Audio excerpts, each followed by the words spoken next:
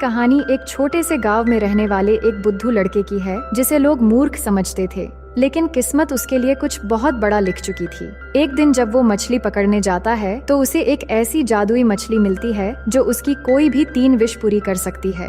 और यहीं से उस लड़के की असली किस्मत की कहानी शुरू होती है, जहां हर विश के साथ उसका सफर आसान तो होता, लेकिन जिंदगी थोड़ी और उलझती चली गई। अब वो जादुई मछली एक लड़की बनकर किस तरह उसका साथ देती है, देखेंगे हम आज की इस पूरी कहानी में। सो हेलो दोस्तों, मेरा नाम है इशिता और कहानी की शुरुआत होती है समंदर की गहराइयों में एक अलग देश से, जहां मछलियों का राजा अपने वफादार जासूस मेंढक से पूछता है, जिस मछली से मैं शादी करना चाहता हूँ वो कहाँ गायब हो गई। मेंढक डरते हुए बोला, महाराज, उसका कोई सुराग नहीं मिल रहा। ये सुनकर राजा गुस्से में कहता है, इस दुनिया के हर कोने में जाकर उसकी तलाश शुरू करो और उसे मेरे सामने लाकर पेश करो। इसके बाद सीन बदलकर हमें रूस के एक छोटे से बर्फीले गांव को दिखाया जाता है, जहां एक अंधे लोहार का घर होता है। घर के अंदर उसका बेटा एमेलिया सोया हुआ था, जिसे उसका डॉगी आकर जगाता है। एमेलिया दिल का साफ और थोड़ा भोला लड़का होता है।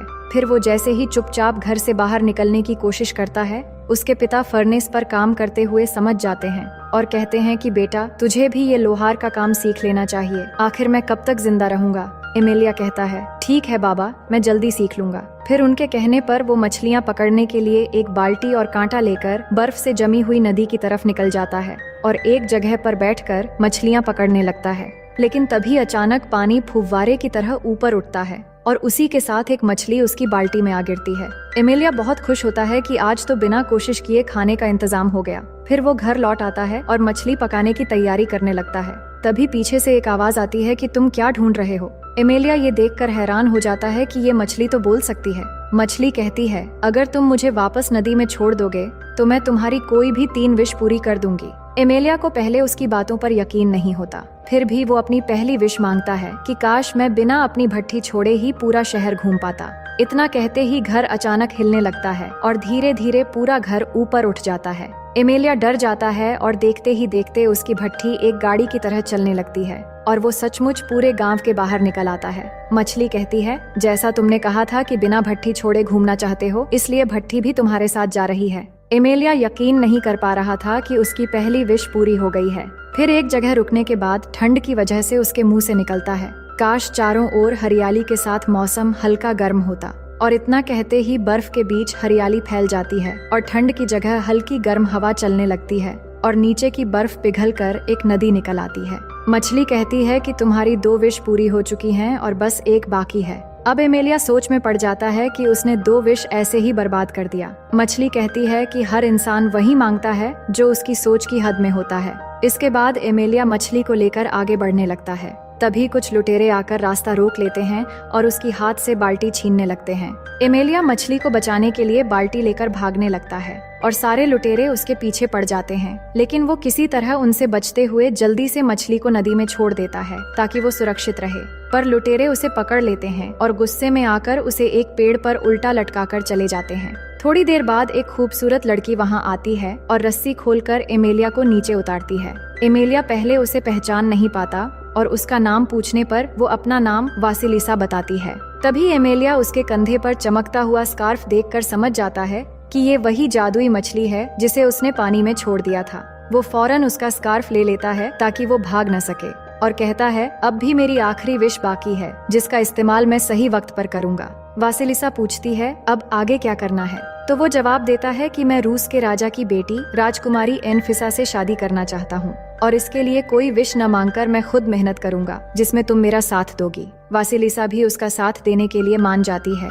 ये एक टेस्ट आपके हेयर लॉस के बारे में सब कुछ बता सकता है। आप आराम से हाथ डालो बालों में 40 से 60। जिसके बाद हमें राजा का शानदार महल दिखाया जाता है। वहाँ राजकुमारी एनफिसा की नौकरानी आकर बताती है कि इंग्लैंड के राजदूत शादी का न्योता लेकर आ रहे हैं। ये सुनकर एनफिसा बहुत खुश हो जाती है क्योंकि वो हमेशा किसी अंग्रेज से शादी करना चाहती थी, इसलिए जल्दी से तैयार होकर बैठ जाती है। राजदूत आकर राजकुमारी को खुश करने के लिए एक अम्ब्रेला तोहफे में देता है, लेकिन राजा को अंग्रेज बिल्कुल पसंद नहीं थे और वो चाहते हैं कि उनकी बेटी किसी सच्चे और नेक दिल इंसान से शादी करे। लेकिन राजा के मना करने से पहले ही राजदूत कहता है, महाराज, मैं आपके लिए एक खास तोहफा लाया हूँ जिसे देखकर आप बहुत खुश हो जाएंगे। उधर एमेलिया और वासिलिसा भी महल की दीवारों के पास पहुंचकर चुपके से ये सब देख रहे थे। राजदूत राजा को एक मशीन दिखाते हुए कहता है कि ये यंत्र अपने आप संगीत बजाता है, लेकिन असल में उसके अंदर उसी का एक आदमी छुपा होता है जो बटन दबाते ही संगीत बजाता है। मगर राजा उससे कहते हैं कि हमें ऐसी किसी मशीन की जरूरत नहीं है। पर राजकुमारी एनफिसा उस अंग्रेज पर फिदा हो चुकी थी और राजा समझ नहीं पा रहे थे कि अपनी बेटी को कैसे समझाएं। तभी एमेलिया दौड़ता हुआ आकर कहता है, महाराज, राजकुमारी की शादी किसी अंग्रेज से करने की जरूरत नहीं। मैं ऐसा यंत्र लाऊंगा जो बस बोलने से ही संगीत बजा देगा। राजा खुश होकर कहते हैं, अगर तुमने ऐसा कर दिखाया तो जो चाहो वो मांग लेना। एमेलिया तुरंत पूछता है, तो क्या आप मुझे राजकुमारी से शादी करने देंगे? राजा मुस्कुराते हुए कहते हैं, अगर तुम कामयाब हुए तो मैं जरूर शादी करवा दूंगा। पर राजकुमारी उस अंग्रेज से शादी करने के लिए अपने पिता को समझाने लगती है, लेकिन राजा उसकी बातों पर ध्यान न देकर अपने नौकरों से कहते हैं, एमेलिया को नए कपड़े और जूते दे दिए जाएं ताकि वो अपने सफर पर निकल सके। एमेलिया बहुत खुशी से बाहर आकर वासिलिसा को सारी बात बताता है। वासिलिसा कहती है, वो यंत्र इस दुनिया में मौजूद तो है, लेकिन उसे पाना आसान नहीं है। वो अंधेरे जंगल में एक खतरनाक बिल्ले के पास है, जो भी उसे लेने गया कभी लौटकर नहीं आया। एमेलिया थोड़ा डरता है, पर वो यंत्र पाने के लिए किसी भी मुसीबत का सामना करने के लिए तैयार था। वासिलिसा भी उसका साथ देने के लिए मान जाती है और दोनों उस अंधेरे जंगल की ओर निकल पड़ते हैं। रास्ते में वासिलिसा बताती है कि वो बिल्ला बहुत खतरनाक है। अगर वो खुशी का गाना बजाता है तो सामने वाला इंसान नाचते नाचते थक कर गिर जाता है और वो बिल्ला उसे खा जाता है। और अगर वो गम का गाना बजाता है तो सुनने वाला रोते रोते सो जाता है और तब भी उसका वही अंजाम होता है। अब एक जगह पहुंचने पर वासिलिसा कहती है कि यहाँ से आगे तुम्हें अकेले जाना होगा, जिसके बाद एमेलिया अकेला उस डरावने जंगल में आगे बढ़ता है, जहाँ चारों तरफ हड्डियां और कंकालों के ढेर पड़े होते हैं। फिर अचानक एक आवाज आती है कि ये जो कंकाल पड़े हैं ये उन्हीं के हैं जो मेरा संगीत यंत्र लेने आए थे। क्या तुम्हें भी वो चाहिए? एमेलिया बिना डरे हाँ में जवाब देता है। बिल्ला हंसते हुए कहता है, ठीक है, अगर तुम मेरा गाना सुनकर खुद पर काबू रख सको तो ये यंत्र तुम्हारा होगा। अब बताओ, गम का गाना सुनोगे या खुशी का? एमेलिया गम का गाना चुनता है तो बिल्ला यंत्र बजाकर गाना गाने लगता है। बिल्ला खुश हो रहा था कि एमेलिया के सोते ही वो उसका शिकार करेगा, पर हैरानी की बात ये हुई कि एमेलिया बस थोड़ा रोता और फिर गाने की आगे की लाइन गाने लगता है। बिल्ला हैरान होकर पूछता है, तुम्हें ये कैसे पता? एमेलिया मुस्कुराते हुए कहता है, मेरी माँ बचपन में यही गाना सुनाती थी, इसलिए मुझे इससे ज्यादा असर नहीं हुआ। अब शर्त के मुताबिक बिल्ला हार जाता है और अब उल्टा वो खुद ही रोने लगता है कि अगर तुम ये यंत्र ले जाओगे तो मैं भूखा मर जाऊंगा। ये सुनकर एमेलिया अपना थैला खोलकर बिल्ले को खाना देता है। पहली बार पेट भर के खाने के बाद बिल्ला खुश होकर कहता है, अब ये यंत्र तुम्हारा है और आज से मैं भी तुम्हारे साथ रहूंगा क्योंकि मैं तुम्हारा दोस्त बन गया हूँ। दूसरी तरफ नदी किनारे बैठी वासिलिसा इंतजार कर रही थी। तभी वहाँ मछली राजा का जासूस मेंढक आकर कहता है, मछली राजा आपसे शादी करने के लिए हर जगह ढूंढ रहे हैं। ये सुनकर वो गुस्से में इनकार कर देती है कि जाकर कहो मैं उनसे कभी शादी नहीं करूंगी। तभी एमेलिया वहाँ बिल्ले और उस यंत्र के साथ पहुँचता है और मेंढक की सारी बात सुन लेता है। वासिलिसा उस यंत्र के मिलने पर खुश होती है और फिर दोनों वापस लौटने लगते हैं। रास्ते में एमेलिया मछली राजा के बारे में पूछता है तो वासिलिसा कहती है कि मैं उससे प्यार नहीं करती, इसलिए वहाँ से चली आई थी। इसके बाद राजा के महल का सीन देखते हैं, जहाँ इंग्लैंड का राजदूत इस बार पहचान बदलकर इटली का राजदूत बनकर आया होता है। राजकुमारी एनफिसा उसे पहचानकर खुश होती है, लेकिन इससे पहले कि वो राजा से एनफिसा का हाथ मांगे, एमेलिया वहाँ बिल्ले और जादुई यंत्र के साथ पहुँच जाता है और बिल्ले से कहता है, चलो खुशी का गाना बजाओ। और जैसे ही संगीत बजता है, दरबार में मौजूद राजा से लेकर सारे लोग नाचने लगते हैं और चाहते हुए भी खुद को रोक नहीं पाते। अगर बॉडी सिर्फ मेहनत से बनती तो सबके मसल्स सेम होते, पर असली। और जब सब बेहाल होकर जमीन पर गिरने लगते हैं, तभी एमेलिया बिल्ले से कहकर गाना रुकवाता है। ये सब देखकर राजा हैरानी से कहते हैं कि ये तो बहुत कमाल का यंत्र है, मैं बहुत खुश हूँ और अब ये बिल्ला और यंत्र हमारे महल में रहेंगे। एमेलिया राजा को शादी की शर्त याद दिलाता है तो राजा खुशी से मान जाते हैं, पर एनफिसा अब भी उस अंग्रेज से ही शादी करना चाहती थी। वो एमेलिया से कहती है, अगर तुम सच में मुझसे शादी करना चाहते हो तो मेरे लिए कुछ ऐसा साबित करो जिससे दिखे कि तुम मेरे लिए कुछ भी कर सकते हो, और वो काम क्या होगा मैं कल बताऊंगी। भोला भाला एमेलिया उसकी बातों में आकर मुस्कुराते हुए राजी हो जाता है। फिर वो वासिलिसा के पास जाकर कहता है कि राजकुमारी शादी के लिए मान गई है, पर उसके लिए मुझे एक और नया काम करना पड़ेगा। वासिलिसा मुस्कुराते हुए उसे बधाइयाँ देती है, लेकिन दूसरी तरफ राजकुमारी एक नई चाल चलती है। वो महल के एक अंधेरे कमरे में जाती है और वहाँ एक रहस्यमयी कुर्सी पर अपनी माँ की शैतानी आत्मा को बुलाती है। आत्मा सामने प्रकट होते ही एनफिसा कहती है कि मैं उस एमेलिया को ऐसा काम देना चाहती हूँ जिसे वो कभी पूरा न कर पाए और मुझे हमेशा के लिए उससे छुटकारा मिल जाए।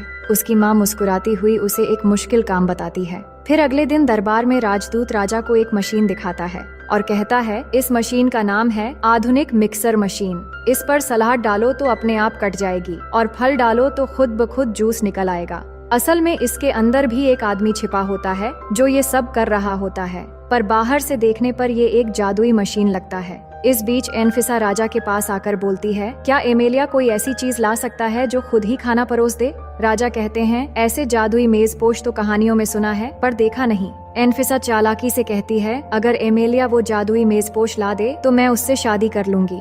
अब राजकुमारी की नई शर्त के मुताबिक एमेलिया और वासिलिसा उस जादुई मेजपोश की खोज में निकल पड़ते हैं। रास्ते में वासिलिसा बताती है कि वो मेजपोश सीटसर और अफानासी नाम के 2 भाइयों के पास है। कई साल पहले दोनों गांव छोड़कर पहाड़ी इलाके में रहने चले गए थे। उन्हें बैठे बैठे खाने पीने की चीजें मिल जाती थीं, इसलिए वो इतने आलसी हो गए कि अब चल भी नहीं सकते। इसी तरह बातें करते हुए दोनों एक बुजुर्ग कपल के घर में खाना खाने के लिए रुकते हैं। घर बहुत साधारण होता है लेकिन उनमें सच्चा प्यार होता है। फिर वहाँ से निकलते हुए वासिलिसा मुस्कुराकर कहती है, 2 लोगों में प्यार सुई और धागे जैसा होना चाहिए, जो एक के बिना दूसरा अधूरा होता है। आगे बढ़ते हुए दोनों हरे भरे खेतों से गुजरते हुए आखिर उस पहाड़ी इलाके में पहुँचते हैं, जहाँ ऊंची ऊंची चट्टानों के बीच वो दोनों मोटे मोटे भाई अपने सामने जादुई मेजपोश लगाए बैठे होते हैं। उनके बोलते ही जादुई मेजपोश पल भर में बहुत सारा स्वादिष्ट खाना सामने ले आता है और वो दोनों मन भरकर खाने लगते हैं। दूर से एमेलिया और वासिलिसा ये सब देख रहे होते हैं और जब दोनों भाई खाते खाते थक जाते हैं तो एमेलिया उनके पास आता है और कहता है, ये मेजपोश मुझे दे दो। ये सुनकर दोनों गुस्से में उसके सर पर नारियल मारकर उसे बेहोश कर देते हैं। अब एमेलिया को उठाने के लिए वासिलिसा वहां आती है और दोनों को कहती है कि एक बार अपना चेहरा पानी में देखो। उसके कहने पर जब दोनों अपनी शक्ल पानी में देखते हैं तो वो चौंक जाते हैं, क्योंकि सालों से सिर्फ खाते पीते रहने की वजह से दोनों भैंसों की तरह मोटे हो चुके थे। अब वो खुद पर अफसोस करते हुए वासिलिसा से पूछते हैं कि हम कैसे पहले की तरह बन सकते हैं। वासिलिसा कहती है, अगर सच में ऐसा चाहते हो तो सबसे पहले इस जादुई मेजपोश से छुटकारा पाना होगा। जब तक ये तुम्हारे पास रहेगा तुम दोनों कभी मेहनत नहीं कर पाओगे। ये सुनकर दोनों भाई शर्मिंदगी से कहते हैं कि तुम सही कह रही हो, इसे ले जाओ। अब वासिलिसा वो मेजपोश ले लेती है और एमेलिया को किसी तरह लेकर वहाँ से निकल जाती है। अब एमेलिया को होश आ जाता है और मेजपोश देखकर वो खुश होने लगता है कि आखिर उसने शर्त पूरी कर ली है। वापसी के रास्ते में जब एमेलिया फूलों के बगीचे से राजकुमारी के लिए फूल तोड़ने लगता है तो वासिलिसा कहती है कि तुम्हें क्यों समझ नहीं आ रहा कि एनफिसा तुमसे शादी नहीं करना चाहती। वो हर बार तुम्हें ऐसे काम देती है जिन्हें तुम कर ही न सको। लेकिन एमेलिया अपनी मासूमियत में कहता है, नहीं एनफिसा, ऐसा नहीं है, बस एक बार मैं ये कर लूं फिर सब ठीक हो जाएगा। एमेलिया की दिल की अच्छाई देखकर वासिलिसा उसके प्यार में पड़ जाती है, पर वो चाहकर भी दिल की बात जाहिर नहीं कर पाती। इसके बाद एमेलिया जब जादुई मेजपोश के साथ राज्य में पहुंचता है तो सब लोग खुश होकर उसके लिए नारे लगाने लगते हैं। राजा गर्व से कहता है कि देखो, अब ये लोगों के दिलों में भी अपनी जगह बना चुका है। लेकिन एनफिसा के चेहरे पर गुस्सा साफ झलकता है। वो फिर से अपनी माँ की आत्मा से पूछती है, अब क्या करूँ? तो वो डरावनी मुस्कान के साथ एक भयानक योजना बताती है। फिर अगले दिन दरबार में एनफिसा सबके सामने कहती है, मैं एमेलिया से शादी करने के लिए तैयार हूँ, पर उससे पहले मैं चाहती हूँ कि वो अंधेरी दुनिया जाकर मेरी माँ से मेरी शादी की इजाजत लेकर आए। राजा ये सुनकर शॉक हो जाता है, क्योंकि अंधेरी दुनिया से जिंदा लौटना नामुमकिन है। लेकिन एमेलिया अपनी आदत के मुताबिक बिना सोचे हाँ कर देता है। फिर वो वासिलिसा से मिलता है तो वो उसे समझाती है कि वहाँ जाना मौत के मुंह में कदम रखने जैसा है। एमेलिया बस मुस्कुराता है कि मौत से क्या डरना जब नीयत साफ हो। फिर अगले दिन वहाँ से निकलकर वो सबसे पहले अपने अंधे पिता से मिलने जाता है। पिता उसकी आवाज सुनकर कहते हैं कि बेटा, तू जिंदा है, मैं तो तुझे ढूंढ भी नहीं सकता क्योंकि मेरी आंखें देख नहीं पाती। ये सुनकर एमेलिया की आंखें भर आती हैं। वो अपने पिता से माफी मांगता है और उनसे आशीर्वाद लेकर अपने सफर पर निकल पड़ता है। अब रास्ते में वो वासिलिसा से कहता है, मैंने 2 विश ऐसे ही बर्बाद कर दिए, पर अब तीसरी विश से इतना चाहता हूँ कि मेरे पिता फिर से देख सकें। ये सुनते ही वासिलिसा के जादू से उसके पिता की आंखों में फिर से रोशनी लौट आती है। फिर दोनों नदी के किनारे पहुँचते हैं जहाँ से वो सफर शुरू करने वाले हैं। अब एमेलिया वो मछली वाला जादुई स्कार्फ वापस लौटाकर वासिलिसा को आजाद कर देता है, क्योंकि उसके तीनों विश पूरे हो चुके थे।